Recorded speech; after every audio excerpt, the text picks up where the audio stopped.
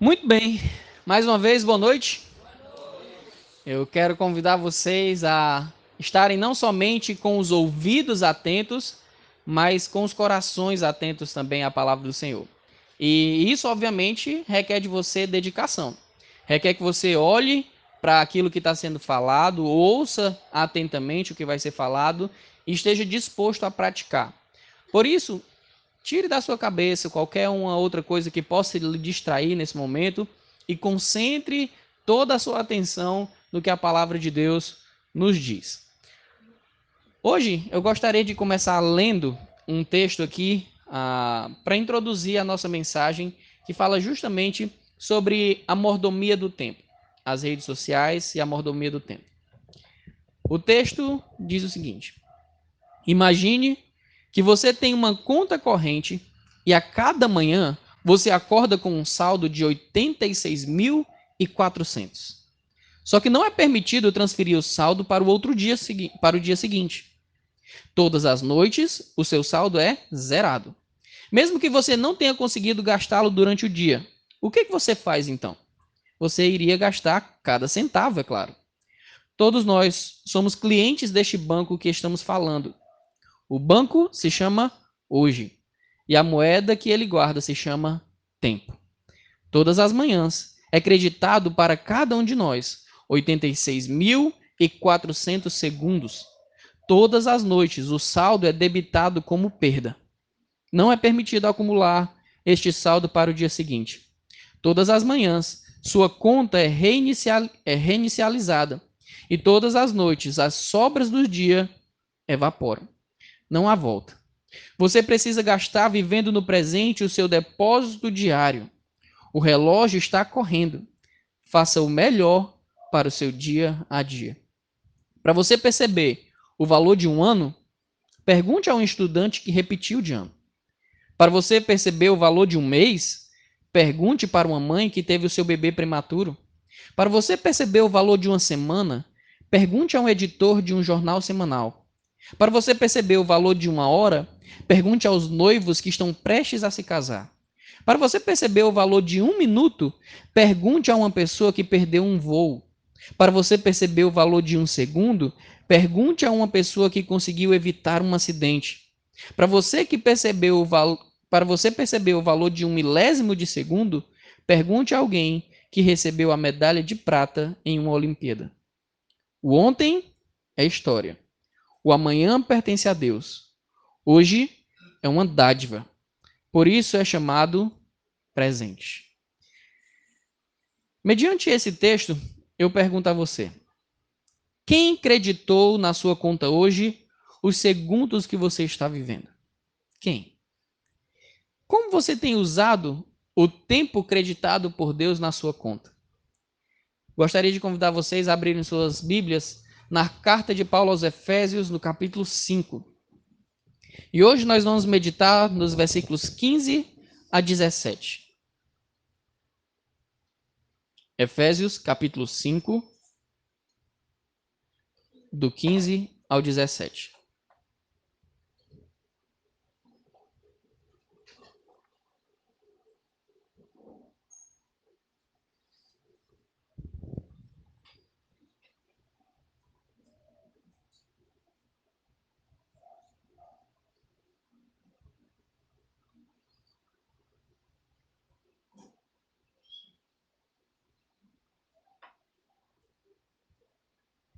Amém?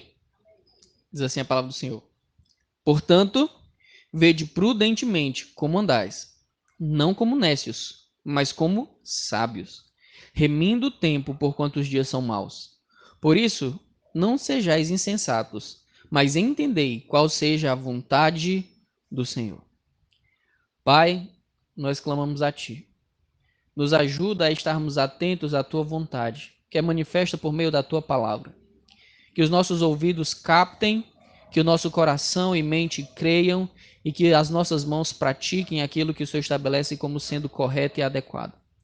É o que nós te clamamos, Senhor. Em nome de Jesus. Amém. Deixe sentar. Quando Paulo ele escreveu a sua carta aos Efésios, ele dividiu a sua carta em duas partes. Na primeira parte, ele fala sobre quem nós somos em Deus. Ele fala que nós somos eleitos em Deus Pai. Ele fala que nós somos redimidos por meio de Deus Filho. E ele fala que nós somos selados por meio do Espírito Santo. Já na segunda metade da carta, ele vai aplicar aquilo que nós somos em Deus na maneira prática como nós vivemos. Deus, na segunda parte da carta, ele nos mostra que aquilo que nós somos em Deus modifica o modo como nós vivemos nessa terra. Pois o crente deve despir-se do velho homem e revestir-se do novo homem. Ou seja, os crentes abandonam as suas práticas pecaminosas e abraçam as boas obras em todas as áreas da sua vida. Lembrando que as boas obras são justamente a obediência ao Senhor. É quando nós escutamos a palavra de Deus e aplicamos a palavra de Deus à nossa vida. Então, tudo isso são as boas obras. Lá, quando Paulo também escreve a carta aos Coríntios, no capítulo 10, versículo 31, ele fala que tudo que nós vamos fazer, desde beber alguma coisa ou comer alguma coisa, o propósito para aquilo que nós vamos fazer deve ser sempre o mesmo: a glória de Deus. Então, quando ele nos explica isso, nós devemos ter como certo que o modo como o crente lida com o tempo é diferente do modo como os descrentes, o ímpio, lida com o tempo. Porque se nós tratássemos o tempo da mesma maneira que os ímpios tratam o tempo, isso demonstraria que Deus não está operando mudanças em nós. Mas lembra? Paulo divide a carta justamente explicando: nós somos eleitos, nós somos redimidos, nós somos selados para que nós tenhamos uma vida transformada. Então, na segunda parte, ele dá diversos exemplos. Ele fala, por exemplo, de alguém que furtava e que antes ele tinha a preocupação muito mais consigo mesmo do que com o outro. Que quando ele se converte, essa pessoa vai deixar de furtar, vai deixar de roubar e agora ela vai começar a trabalhar. E ela não somente vai começar a trabalhar, como ela também vai ter empatia para com o outro e vai ajudar outras pessoas com aquele recurso que ele está adquirindo por meio do trabalho. Outra mudança que o apóstolo Paulo fala é sobre o modo como nós utilizamos a nossa língua. O modo como nós utilizamos a nossa língua anteriormente à conversão é diferente. Então, se antes eu não tinha vergonha em falar mentiras, em machucar alguém com as minhas palavras, agora, quando eu falo, eu me preocupo em que as minhas palavras sejam palavras que edifiquem a outra pessoa. E a lista continua e ele dá diversos exemplos de como é que a nossa vida é transformada através do despir-se do velho homem e do revertir-se do novo homem. Se todas essas áreas mudam, é óbvio que a área do consumo do tempo ou da administração do tempo também vai mudar.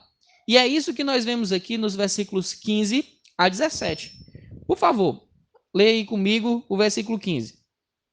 Diz assim: portanto, vede prudentemente como andais, não como nécios, mas como sábios. Existe uma diferença entre o nécio e o sábio. O mundo, ele contém diversas informações que ele julga ser informações sábias. Mas a verdadeira sabedoria procede do alto. É isso que nós vemos Tiago nos ensinando.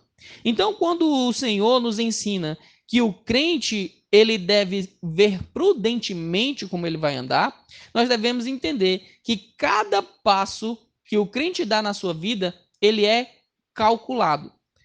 Olha só a expressão que ele usa: vede prudentemente como andais. Então, na caminhada diária, no modo como eu vivo, cada passo que eu vou dar é fruto de uma visão prudente do proceder. Uma vez que eu não estou analisando as minhas atitudes, isso já demonstra de cara que eu não estou sendo prudente. Se eu não estou sendo prudente, eu estou sendo insensato ou sábio? Insensato. Então, quando nós queremos agradar o nosso Deus, cujo propósito da nossa vida é esse, a glorificação do nosso Deus através da nossa vida, eu devo analisar os passos que eu vou dar. É bem verdade que todos nós falhamos nessa tarefa. Por diversas vezes, nós vivemos a nossa vida como se o propósito dela fosse a própria glorificação do eu, ao invés da glorificação do nosso Deus. E por isso que muitas vezes nós damos passos errados. Nós caminhamos em direções que não são adequadas. Deus, então, estabelece que o crente ele deve calcular como e por que cada passo ele vai dar na sua vida. O porquê será sempre pelo mesmo motivo. Qual é o porquê da nossa vida? O que gera cada uma das nossas atitudes? Como nós vimos lá em 1 Coríntios capítulo 10, 31, o porquê das nossas vidas, a motivação da nossa vida é redundar em glória ao nosso Deus. Então o porquê, ele não muda nunca. Por que eu vou comprar uma casa nova? Para que eu vou fazer isso? Para a glória de Deus.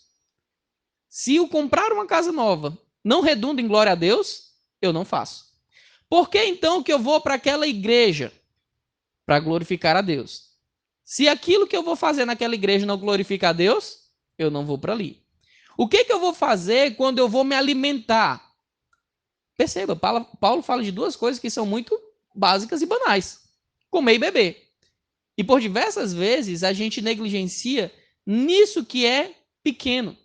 E aquilo que nós negligenciamos, a avaliação pelo que é pequeno, demonstra que muitas vezes nós não estamos preocupados em avaliar o que é grande. Então, se eu não me preocupo em aquilo que eu vou comer glorificar a Deus, glorifica a Deus, ou aquilo que eu vou beber glorifica a Deus, eu não vou me preocupar em coisas que são muito mais sérias. E como assim, pastor? Aquilo que eu vou comer e aquilo que eu vou beber pode glorificar ou não a Deus.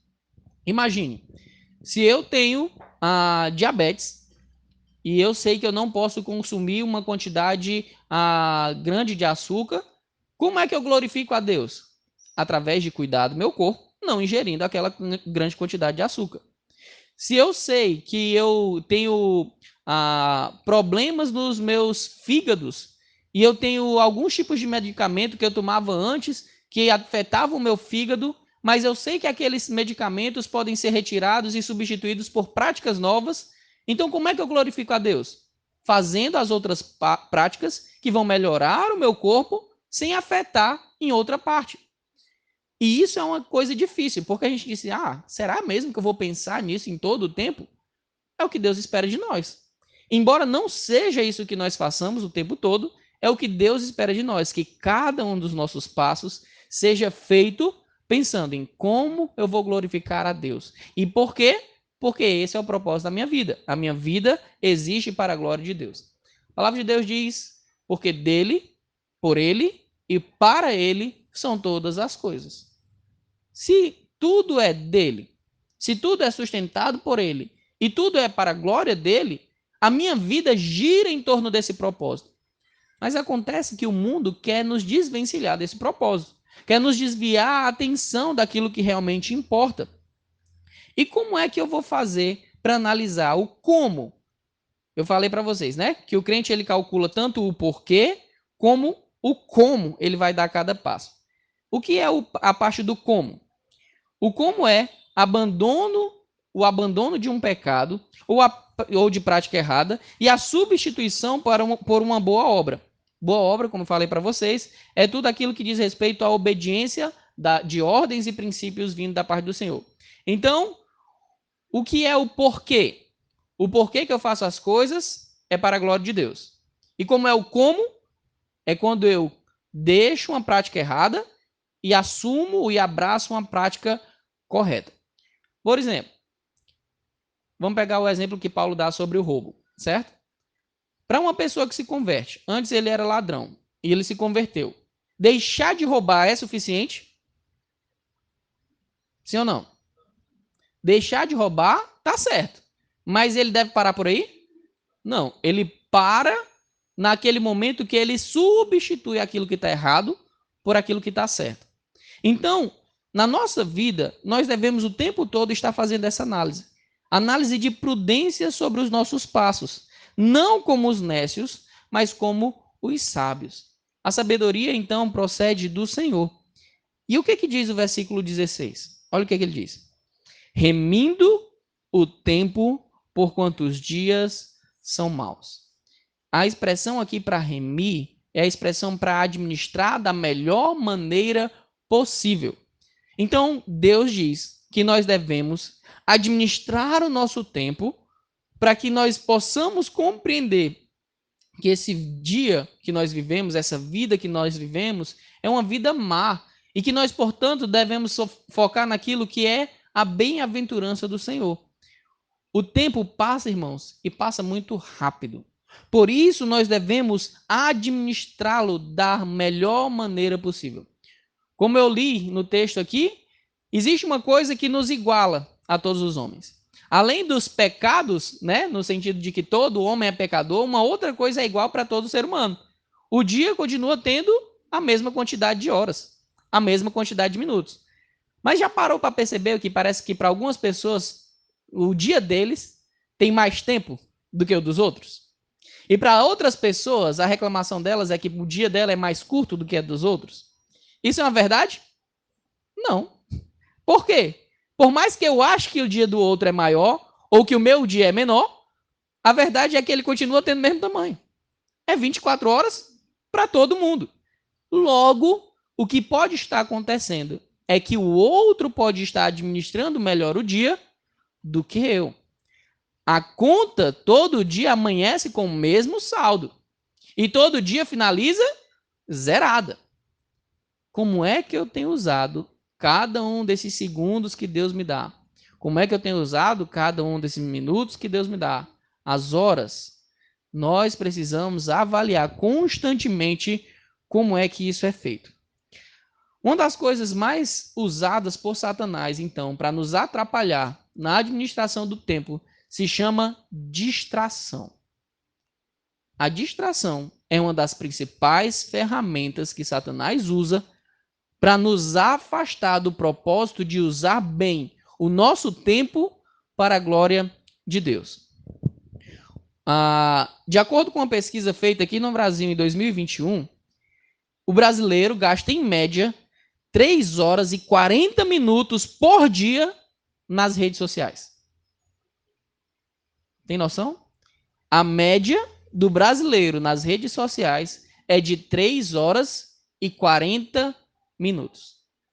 E aí você para e pensa, quantas pessoas falam que o tempo é curto, mas que quando você vai ver, o tempo dela está ocupado, na sua maioria, em coisas que não são úteis.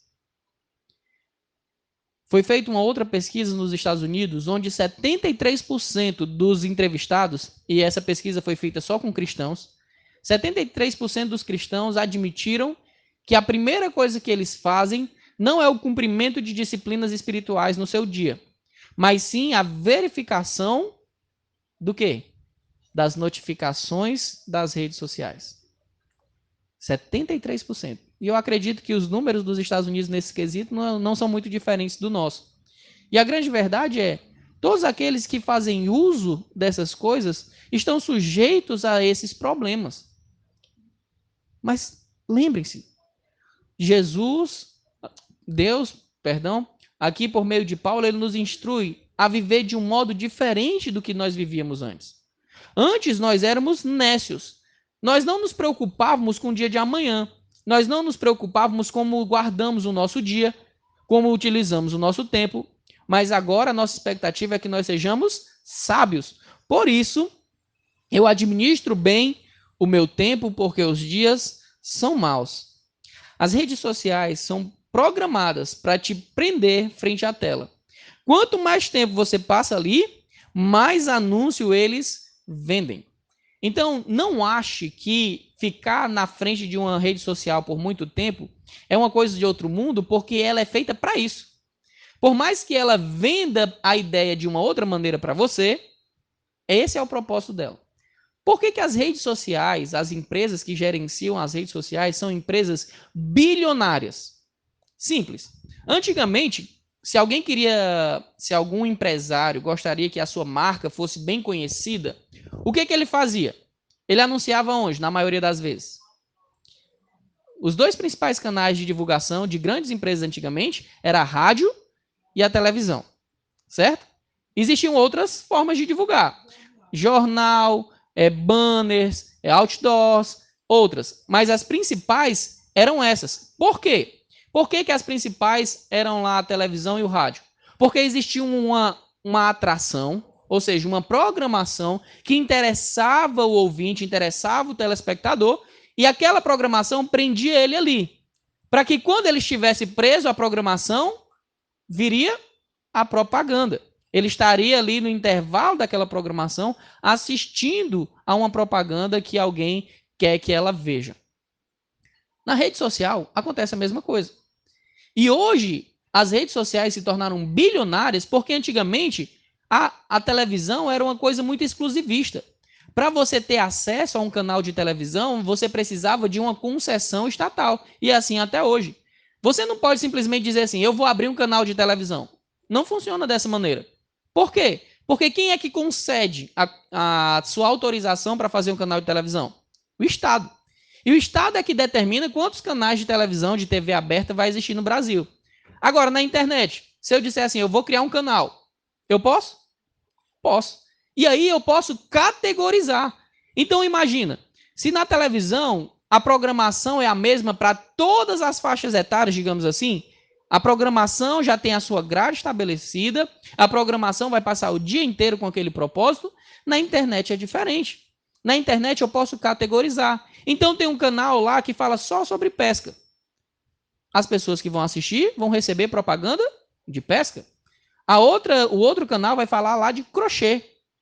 Então os empresários fizeram o quê? Agora eu posso investir menos dinheiro e alcançar exatamente o público que eu quero alcançar, muito mais categorizado. Então as redes sociais brigam com todas as forças para prender você diante da tela.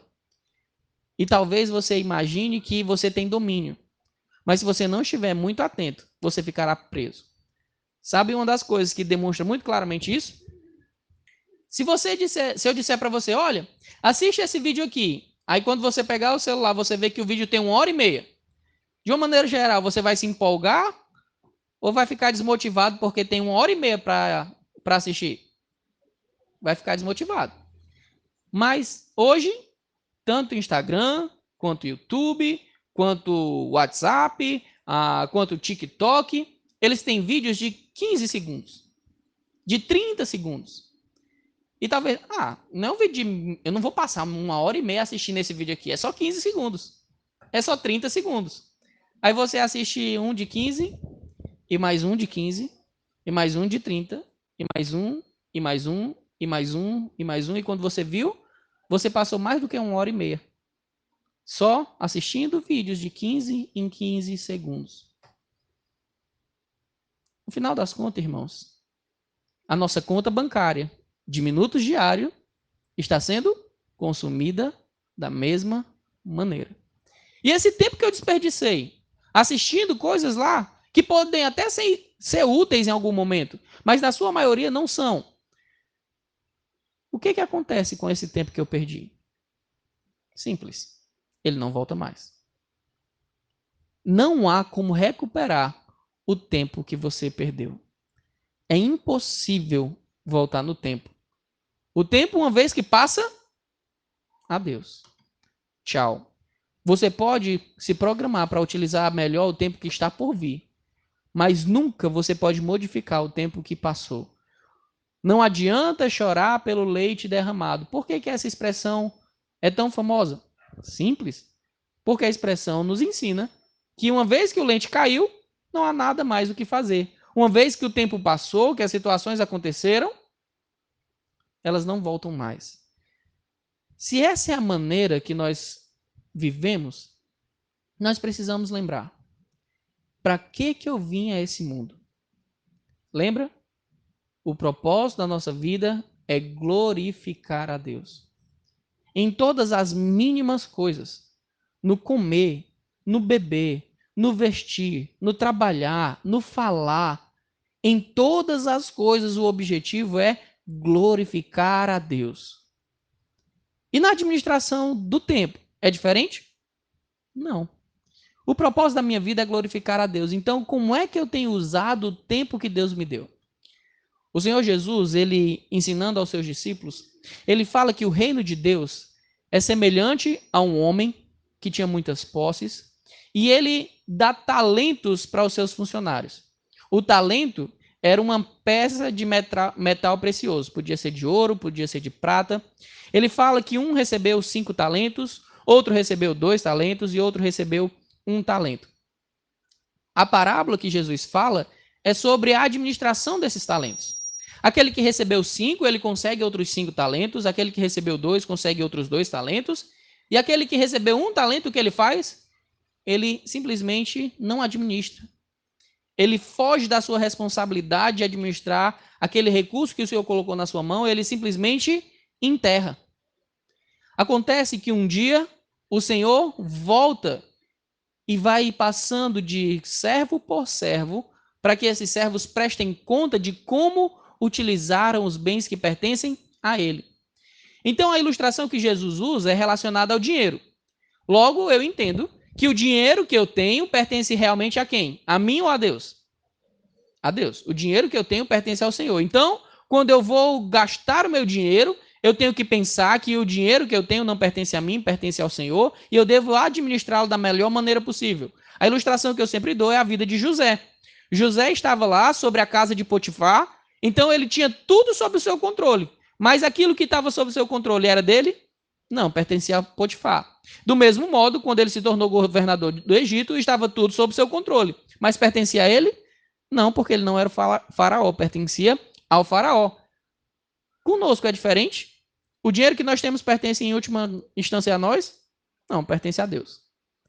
A pergunta é, e o tempo que nós temos? Pertence a quem? A Deus. Assim como o dinheiro não deve ser gastado pensando só em me agradar, mas em glorificar a Deus, agradar a Deus, o tempo também deve ser pensado como algo que Deus dá na minha mão para que eu administre para a glória dele. Aquilo que nós fazemos deve ter como interesse primário não a minha satisfação pessoal, mas sim a satisfação pessoal de Deus. Ah, pastor, então quer dizer que eu não vou ser alegre com o dinheiro ou com o tempo que o Senhor me dá? Saiba de uma coisa, se você é um servo do Senhor e usa o dinheiro para a glória dele e o tempo para a glória dele, você vai ser uma pessoa muito feliz. Muito feliz. Aquele que administra as coisas que pertencem ao Senhor, focando no Senhor, serão grandemente recompensados. A parábola que eu acabei de citar, como é que o Senhor, Deus, fala do que tinha 5 talentos e do que tinha 2? Como é que ele chama esses homens? Servos bons e fiéis. Foste fiéis no pouco, sobre o muito te colocarei. 80 anos é muito tempo? 100 anos é muito tempo? Se a gente parar para pensar humanamente falando, 80, 100 anos é muito tempo. Mas isso aqui é o pouco que Deus nos dá. 80, 100 anos é o pouco. Se eu for fiel no pouco, qual é o muito que o Senhor vai me dar? Toda uma eternidade pela frente. É isso que nós queremos escutar do nosso Senhor. Servo bom e fiel. Foste fiel no pouco, foi fiel nessa vida. Agora, desfruta dessa vida maravilhosa que eu tenho para você, uma vida eterna pela frente. É assim que deve ser o nosso pensamento. Se as redes sociais, então, me distraem tanto, se eu excluir as redes sociais, será que eu solucionarei o problema? Não. Sabe por quê? Nós precisamos primeiro tratar o nosso coração. Nós precisamos primeiro entender que Satanás pode usar qualquer coisa para distrair. Eu peguei aqui o texto de um... Cadê, meu Deus? Sumiu? Ah, tá aqui.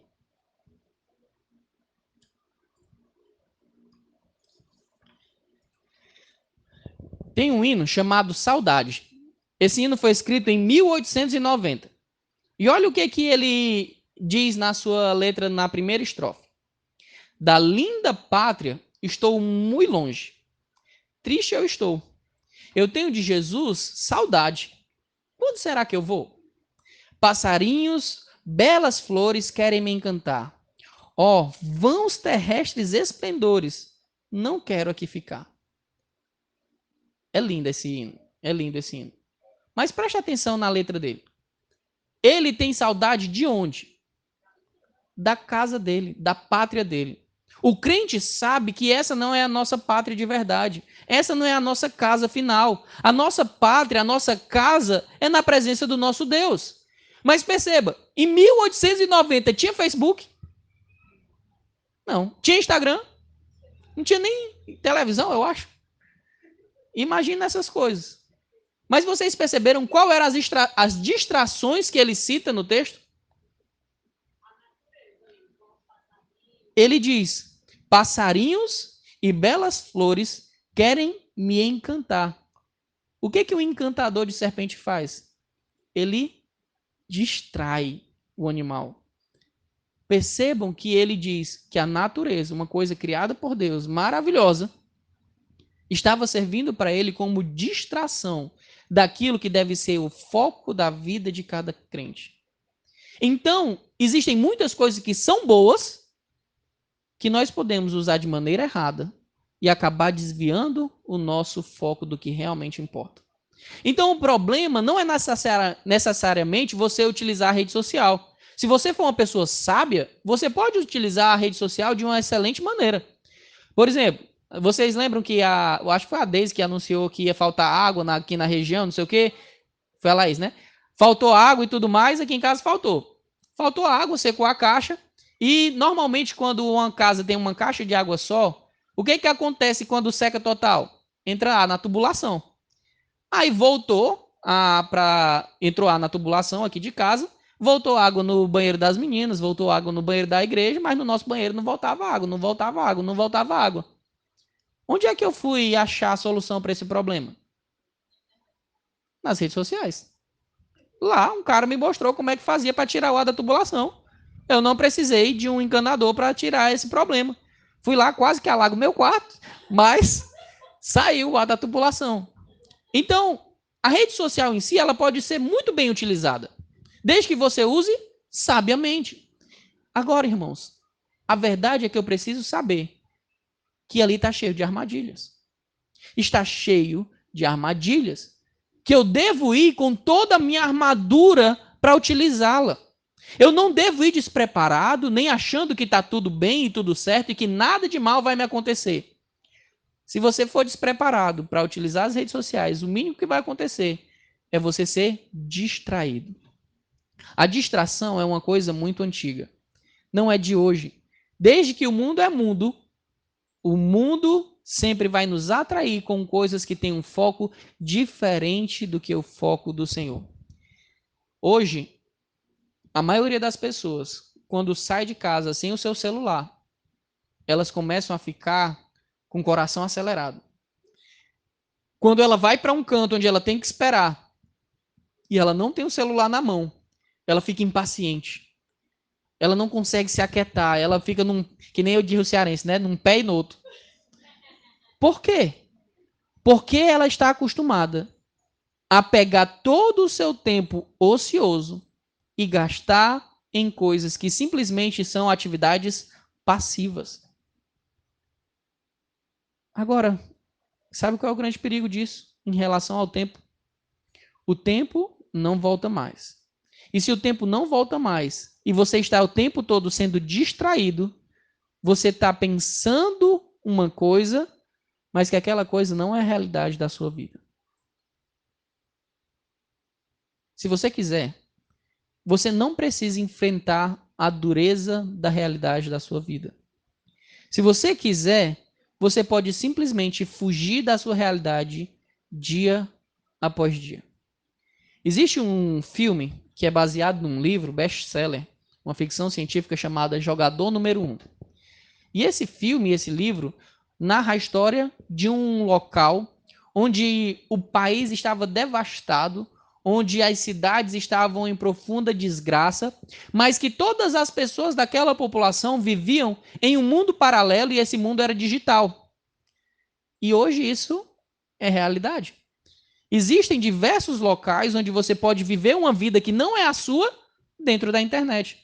Existem jogos como o The Sims que você pode fazer a sua casa, você pode trabalhar, você pode comprar, você pode alugar, você pode fazer tudo que você faz na vida real sendo dentro de um videogame. Tudo isso se chama distração. Se você para e usa o seu tempo para viver dentro de uma distração, você pouco pensará naquilo que realmente importa. Se você não se der conta de que o tempo está passando, você pensará pouco na morte. Você pensará pouco no dia que encontrará o Senhor. Você pensará pouco em como glorificá-lo. Mas o relógio continua batendo. Tic-tac, tic-tac, tic-tac. O tempo não para. Ele continua avançando. Até que um dia, quando você menos espera, você estará diante do Deus que te deu a vida. E chegará o momento onde você prestará contas de como utilizou o seu tempo. Ah, pastor, mas eu não posso ser punido pela má utilização do tempo. É verdade. O crente, ele não vai ser punido na eternidade. Mas como é que o crente demonstra que ele foi um bom crente, um bom servo? Ao não ser punido ou ao ser recompensado? Ao ser recompensado. O crente, ele não é salvo pelas obras, mas o crente é recompensado e avaliado pelas boas obras. A palavra de Deus diz que nós receberemos presentes, recompensas, galardões pelo bom andamento da nossa vida aqui. Mas vão existir pessoas que vão chegar na presença do Senhor e quando apresentarem as suas obras, elas vão ser como palha.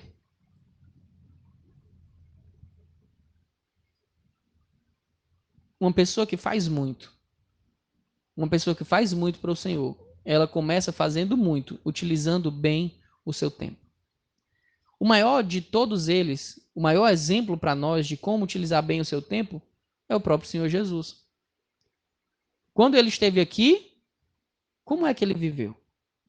Ele vivia uma rotina de trabalho dedicado, uma rotina de comunhão intencional com o Pai e uma rotina onde ele só descansava quando era necessário. Irmãos, a grande verdade é que a gente tem tantos facilitadores hoje que a gente fica cansado de descansar se a gente quiser. Essa é a verdade. Ou aqui ninguém dormiu exageradamente algum dia e quando acordou, acordou mal, de tanto que dormiu. Nós falhamos na utilização do tempo. Mas nós vemos os relatos do Senhor Jesus e o Senhor Jesus ali, dedicado a cumprir a obra do Pai, era capaz de dormir até mesmo dentro de um barco em meio a uma tempestade. Eu tenho um amigo de seminário que ele sempre diz, olha, nós somos ferramentas nas mãos do Senhor. E toda boa ferramenta, ela é encontrada dentro da mala de ferramentas, toda suja, desgastada e cheia de imperfeições. E é assim que eu quero ser. Usado, sujo, desgastado, com todas as minhas imperfeições, mas sempre sendo utilizado por Deus. O nosso tempo, então, a gente precisa entender que o nosso tempo pertence a Deus. E que desperdiçar o nosso tempo é desperdiçar a moeda mais valiosa que nós temos hoje. Pare e pensa. Hoje em dia, você pode comprar um nariz novo. Hoje em dia, as pessoas podem comprar até centímetros. Vocês já ouviram falar que tem pessoas que estão quebrando suas pernas, fazendo sistemas de placas que fixam os ossos quebrados para que elas cresçam de tamanho? Hoje em dia, você consegue crescer por meio de cirurgia. Existem pessoas que recebem órgãos novos. Existem pessoas que hoje estão vivas graças a coração biônico, batendo dentro do seu corpo como se fosse um órgão. Mas sabe o que o dinheiro não compra? Tempo. O dinheiro não faz o seu dia ter mais do que 24 horas. Ele continua sempre tendo 24 horas. Essa é a sua moeda mais valiosa. Se você não administra bem o seu tempo, todas as outras administrações que forem dadas nas suas mãos ficarão também fragilizadas. E olha, as distrações hoje em dia não são mais passarinhos e belas flores. Qual foi a última vez que você foi para um canto para ficar vendo passarinho e belas flores? No máximo na proteção de tela do seu celular. É a verdade. Poucos são os momentos que a gente passa contemplando a beleza da criação do Senhor. São poucos os momentos. Por quê? Se eu quiser, eu posso ver as belas vistas da Suíça na minha mão. Se eu quiser, eu posso passear dentro do parque da Disney na minha mão. Se eu quiser, eu posso ver como é que é a aurora boreal na minha mão. Eu posso viver toda uma vida dentro de uma verdadeira e grande distração. E quem é que se alegra com isso? Satanás. Um soldado distraído é um soldado a menos para batalhar.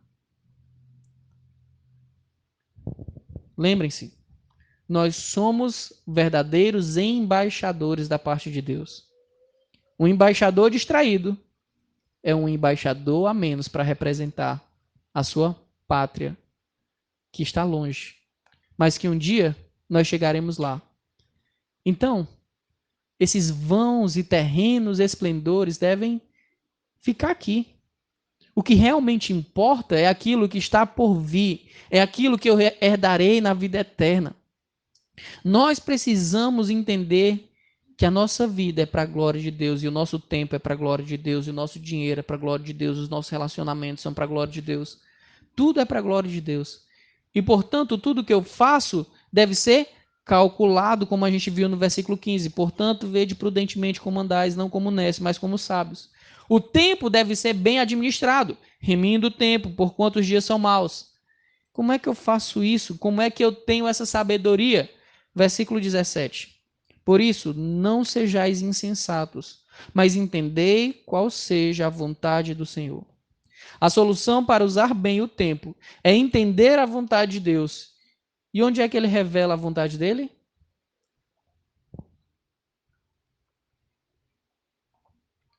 Na sua palavra. Na sua palavra. Quanto do seu tempo tem sido investido em conhecer mais a Deus e o que ele fala na sua palavra? Todos os anos aqui a gente desafia os irmãos a lerem a Bíblia toda dentro de um ano. Nós estamos no dia 18 de fevereiro. Ainda tem muito chão até o final do ano. Se você está atrasado na sua leitura bíblica, lembre-se, é de lá, da palavra do Senhor, que você vai ter a sabedoria para administrar bem o seu tempo. É lá que você vai conhecer a vontade de Deus. Porque aqueles que não conhecem a vontade do Senhor, aqueles que não entendem o que o Senhor quer de nós, eles agem de uma maneira só. Agem de modo, como é que diz no versículo 17? De modo insensato. O insensato é o sem sabedoria. E quem é que tem sabedoria? O que entende, o que conhece a vontade do Senhor. Então, irmãos, antes de pensar em qualquer estratégia mirabolante para usar melhor o seu tempo, pense em conhecer melhor a Deus. Pense em conhecer melhor a sua vontade. Porque é através disso que você realmente vai conseguir. Então quer dizer que eu posso continuar com todas as minhas redes sociais como se nada tivesse acontecido? Você tem que dizer isso. Você tem administrado bem o tempo que usa nelas?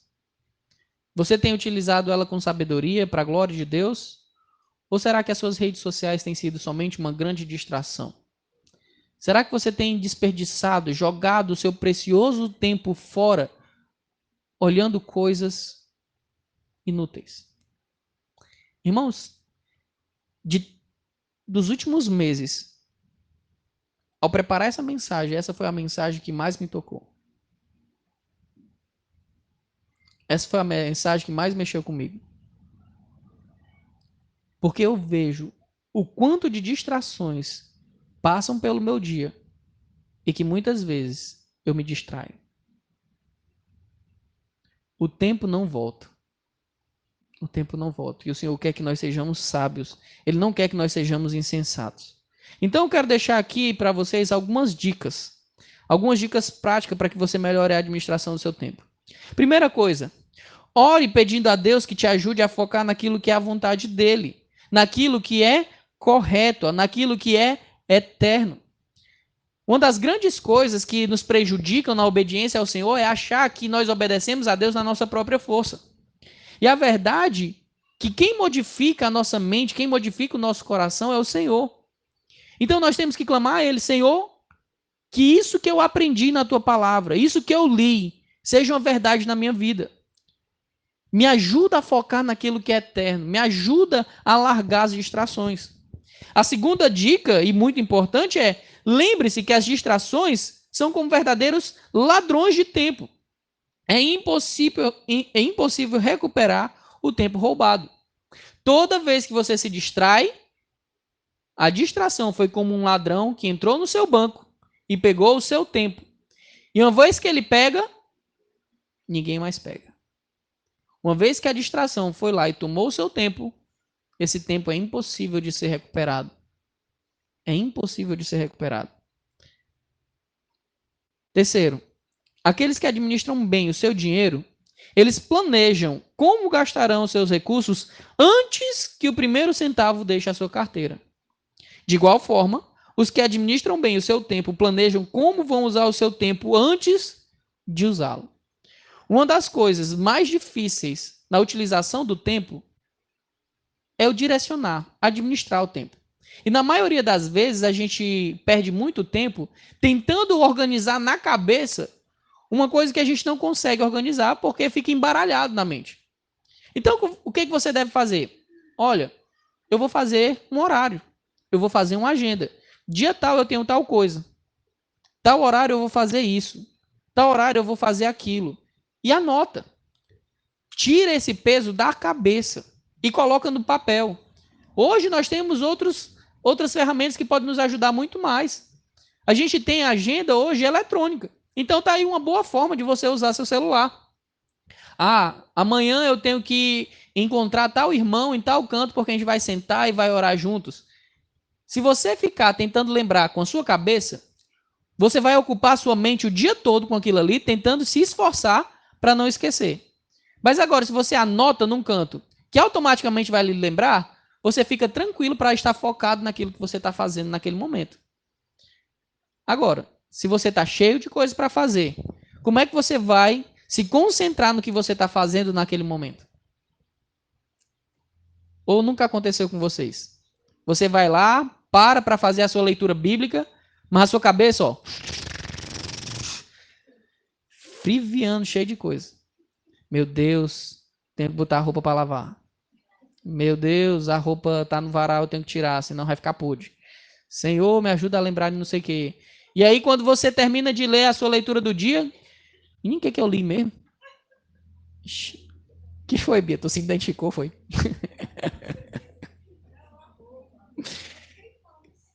Um bocado de coisa pode acontecer, né? A verdade é isso, irmãos. Quanto mais coisas nós temos para fazer, mais organizado nós precisamos ser para lembrar de cada uma delas. Porque se a gente tentar lembrar de todas elas, enquanto nós executamos determinada tarefa, a gente não vai fazer nem aquilo que tem que fazer agora, nem o que tem para fazer depois. E é um desafio. Comece a fazer a agenda. Porque mesmo que você não cumpra perfeitamente a sua agenda, você vai cumprir mais coisas do que você cumpriria sem a agenda. Você vai organizar melhor o seu tempo, você vai estabelecer metas determinadas, você vai colocar prazos para o que você tem que fazer. E sabe uma outra dica muito importante?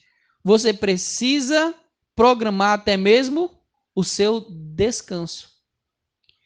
Quando eu dei aqui o curso de administração, né, de educação financeira, eu falei que até mesmo o nosso lazer, aquilo que são os nossos prazeres, que não são necessariamente uma coisa necessária para a nossa vida, eles precisam ser programados. Então, por exemplo, se toda vida que eu tiver vontade de comer um sanduíche, de ir no restaurante, de comer uma pizza, eu for, sem me preocupar quanto é que eu tenho de dinheiro, qual é a tendência? Que eu chego no final do mês sem dinheiro. Porque toda vida que eu senti vontade, eu fui lá e comi. Agora, se quando eu recebi meu salário, eu disse assim, olha, esse mês eu vou reservar aqui R$150 para eu comer fora. Então, R$30 vai ser no espetinho da esquina, R$50 vai ser lá no restaurante, mais 20 vai ser comendo tapioca, sei lá, lá na casa da Bia, né? Em qualquer coisa. Por que eu não vou então ter um prejuízo no final do mês? Porque antes de eu gastar o dinheiro, eu já sabia quanto é que ia gastar. Do mesmo modo, quando eu penso em descansar, eu tenho que me planejar para isso. Eu tenho que planejar até mesmo o momento ocioso que eu vou ter. E, de preferência, usar o momento de descanso para uma coisa útil. Imagina. Eu terminei aqui meu trabalho. Eu dediquei essa manhã todinha para cumprir a tarefa tal do meu trabalho, ou então da minha faculdade e tudo mais. Terminei. Agora eu preciso de um descanso. Eu preciso relaxar minha mente. Qual é um ótimo modo de você descansar? Vou lá assistir vídeo. Mas eu vou assistir qualquer vídeo? Não. Eu vou lá e assisto uma mensagem. Eu vou lá e assisto um coral cantando louvores ao Senhor. Estou dando exemplos, irmãos. Eu posso usar até mesmo o meu descanso para uma coisa que é produtiva. Então, percebam que um bom administrador é aquele que utiliza o seu tempo agendado de uma maneira que faça com que ele realize as tarefas que estavam previamente estabelecidas. Entende? Antes de gastar o tempo, lembra, todo dia a nossa conta não está estabelecida lá? Todo dia as mesmas 24 horas? E a gente vai decrescendo até chegar em zero? Eu tenho que saber como é que eu vou gastar as 24 horas de amanhã. O que eu vou fazer? Para onde é que eu vou? Quais são as atividades de amanhã? E assim você vai conseguir empregar melhor o seu tempo. E quando a gente está desorganizado na nossa agenda, dificilmente a gente consegue ter bons resultados. Porque as coisas começam a se atropelar. Eu tinha marcado isso aqui, mas eu nem me lembrava, ó. Não lembrava por quê? Porque não agendou. Porque não programou. Aí aquilo que tu agendou aqui tá no mesmo horário daquela outra coisa que tu tinha agendado, mas não lembrava. E agora tu tá tentando fazer as duas coisas ao mesmo tempo e as duas estão ficando mal feitas. Para que a gente vive? Para a glória de Deus.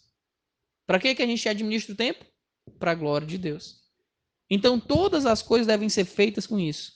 E por fim, a última dica que eu quero deixar é: dedique o seu horário mais produtivo para fazer aquilo que é prioritário. Qual é a parte do dia que você está mais acordado, mais esperto, que a sua mente está mais rápida? Qual é a parte do dia? Tem algumas pessoas que é pela manhã, tem outras pessoas que é pela tarde. Pegue a parte do seu dia mais produtiva e utilize para aquilo que é prioritário. Para aquilo que é prioritário. E é um desafio. É um desafio todos os dias. Usar o nosso tempo de maneira sábia. E ultimamente eu tenho percebido que um dos grandes desafios relacionados ao tempo é baseado em um conceito que ganhou grande repercussão e influência sobre a vida das maiorias das pessoas. O conceito de que rotina é ruim. Quem já escutou isso? Rotina é ruim. Rotina é a pior coisa que existe. O importante é viver uma vida que você fuja da rotina. Não já escutaram isso? Quem não vive com rotina não faz nada. Você não consegue ter disciplina. Você não consegue se programar para nada. Porque você vai viver a vida que nem o Zeca Pagodinho. Deixa a vida me levar, a vida leva eu. Isso é cor de descrente mesmo, não é de crente não. O crente vai dizer, não é assim não. Deus me deu uma vida para viver. Então é eu que vou conduzir essa vida, não é o contrário não. Eu não vou viver a vida do jeito que der não. Deus me deu um tempo e eu vou administrar bem esse tempo. Então a rotina estabelecida é uma coisa extremamente salutar. Eu lembro de uma coisa que aconteceu há muito tempo atrás. Sabe o que foi? O estabelecimento do dia e da noite. Luminar maior para governar o dia e o outro para governar a noite. Por que Deus colocou sol e lua? Por que ele fez tarde, manhã e noite? Para ajudar-nos a contar o tempo. E por que isso é importante? Porque o sábio pega o tempo que Deus dá e utiliza de uma maneira que glorifica a Ele. As redes sociais, então, são um grande perigo para a sua vida, e um grande perigo para a comunhão em família. Nós temos uma rotina, irmãos, na sua maioria, muito agitada, onde é difícil estabelecer uma rotina real. Por isso é necessário muito mais disciplina. Muito mais disciplina. E se nós não temos essa disciplina, o dia todo vai passar. Você vai fazer inúmeras coisas, mas não vai buscar aquilo que é dito no versículo 17. A vontade do Senhor. A vontade do Senhor, que deveria ser uma prioridade, vai se tornar algo secundário, terciário, e só vai sendo postergada, e cada vez mais você vai dar pouca atenção. E no final do ano, quando a gente estiver aqui pensando, e aí, conseguiu ler a Bíblia toda dentro de um ano? Você vai dizer, eu estava muito ocupado.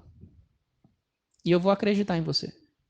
Você estava muito ocupado, só não era com as coisas de Deus. Você vai estar muito ocupado, e é real, mas não são com as coisas que são a vontade de Deus. Irmãos, a leitura bíblica é só um termômetro. Um termômetro. Se você não consegue dedicar 15 minutos por dia a ler sua Bíblia, você acha que vai conseguir ter uma real vida de oração? Não vai. Você acha que vai ter uma dedicação real à comunhão com seus irmãos? Não vai. Porque são só 15 minutos por dia que você precisa para ler a Bíblia toda em um ano. Se você não consegue fazer isso, 15 minutos todo dia, você não vai fazer aquilo que exige mais tempo. Se a disciplina numa coisa pequena não é feita, a disciplina para coisa grande também não vai ser. Nós precisamos avaliar. E como eu falei para vocês, essa mensagem foi uma mensagem que me impactou muito. Porque eu preciso cada vez mais, remir bem o meu tempo. Para que o nome do meu Senhor seja glorificado. Para que aquilo que Ele deposita na minha conta todos os dias de tempo não seja desperdiçado com coisas inúteis. Eu vou ter toda uma eternidade para desfrutar da sua presença, para trabalhar na sua presença. Essa vida aqui é muito passageira e tem coisas que eu só posso fazer aqui. Eu só posso ganhar almas para o Senhor aqui. Quando eu partir para a eternidade, eu não vou poder ganhar mais nenhuma alma. Já parou para pensar nisso? Quando você chegar na eternidade, você não vai pedir para o Senhor, Senhor, me manda de volta porque eu quero usar melhor o tempo que o Senhor me deu. O Senhor vai dizer o quê? Seu tempo acabou. Já passou. Agora, vamos aqui para a eternidade. Mas o tempo que eu lhe dei lá, você desperdiçou. Nós não podemos utilizar a graça do Senhor como desculpa para não analisarmos o modo como vivemos. É isso que Paulo ensina na sua carta aos Romanos. Onde abundou um pecado, superabundou a graça. Ele pergunta, o que diremos, pois?